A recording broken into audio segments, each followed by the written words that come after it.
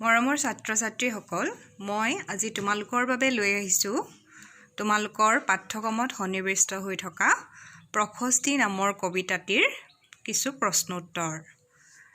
আহাচোন চাওঁ। প্ৰশস্তি কবি ৰঘুনাথ চৌধাৰীদেৱ। অতি চমু প্ৰশ্নৰ উত্তৰ। ৰঘুনাথ চৌধাৰীক কি কবি বুলি জনা যায়? ৰঘুনাথ চৌধাৰীক বিহগী কবি বুলি জনা যায়। ৰঘুনাথ চৌধাৰীৰ কবিতা পুথি দুখনৰ নাম লিখা। ৰঘুনাথ চৌধাৰীৰ কবিতা পুথি দুখনৰ নাম হ'ল কেতেকী দহিকতৰা। প্ৰকৃতিক কোনে সাদৰি আনিলে বুলি কবিয়ে কৈছে? প্ৰকৃতিক নৱকিশলয় দলে, অৰ্থাৎ গছৰ কুঁহিপাত গজালি কোঁহে সাদৰি আনিলে বুলি কবিয়ে কৈছে।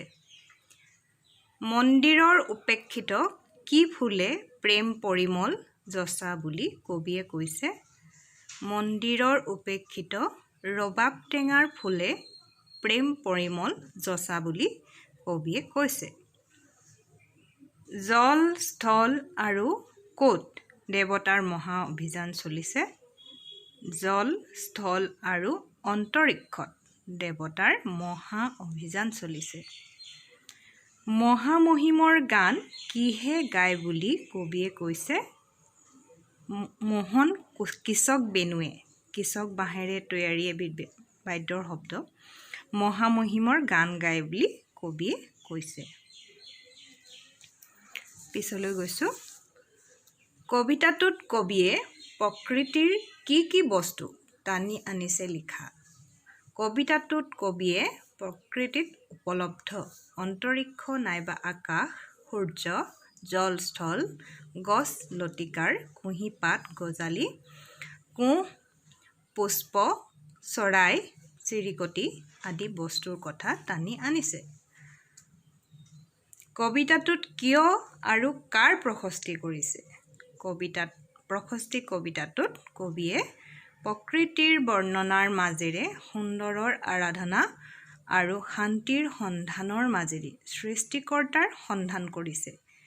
ৰহস্যবাদী কবিসকলে প্ৰকৃতিৰ সকলো সুন্দৰ বস্তুৰ মাজত মংগলময় ঈশ্বৰৰ অৱস্থিতি দেখিবলৈ পায়। সেয়ে প্ৰকৃতিৰ সন্মোহনী সুধাৰ মাজত কবিয়ে বাৰে বাৰে নেদেখাজনৰ অস্তিত্ব দেখিবলৈ পাইছে। প্ৰকৃতিৰ ৰূপ আৰাধনাৰ আঁৰত কবিতাটোত ঈশ্বৰ ভক্তিৰ স্বৰূপ সোমাই আছে। কবিতাটোক এটি আধ্যাত্মিক সুৰে গভীৰ অনুভূতিৰ বাহক কৰি তুলিছে।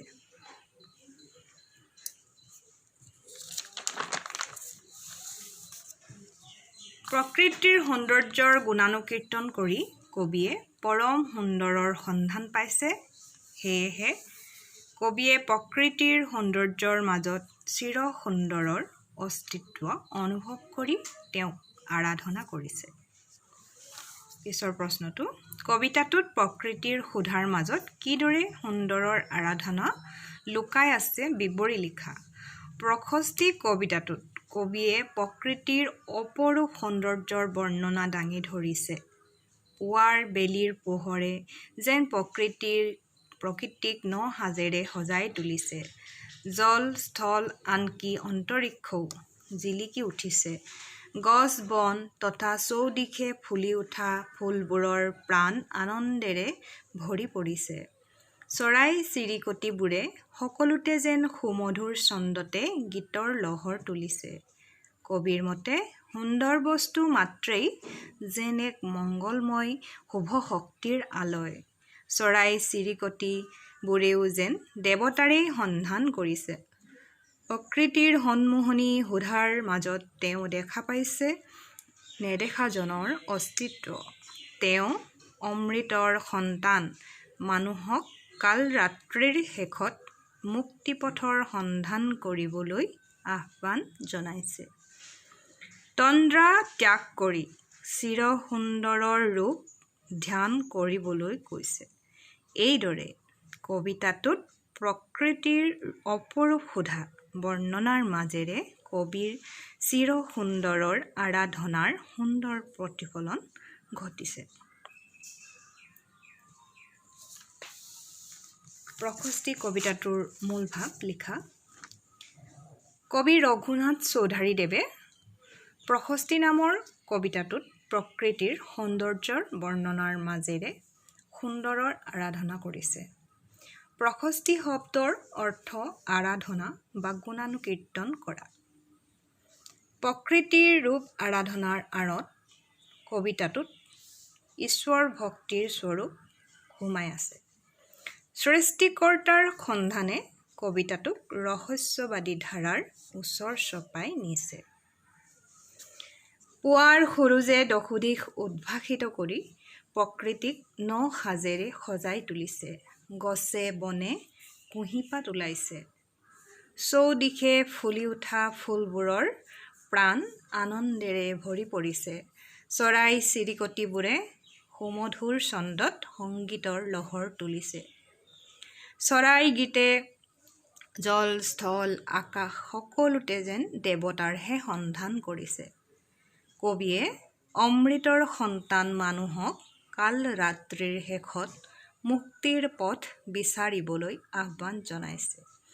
কৃষক বেণুৱেও যেন বতাহত স্ৰষ্টাৰ গুণগানহে গাইছে। কবিয়ে ভক্তবৃন্দক তন্দ্ৰা ত্যাগ কৰি সুন্দৰৰ ৰূপ ধ্যান কৰিবলৈ কৈছে। প্ৰকৃতিৰ সন্মোহিনী শোধাৰ মাজত কবিয়ে বাৰে বাৰে নেদেখাজনৰ অস্তিত্ব দেখিবলৈ পাইছে। আজিলৈ মই ইয়াতে প্ৰশ্নোত্তৰ সামৰিছোঁ। পিছৰ খণ্ডত মই প্ৰশস্তিৰ প্ৰশ্নলৈ পুনৰ তোমালোকৰ কাষলৈ আহিম। ধন্যবাদ।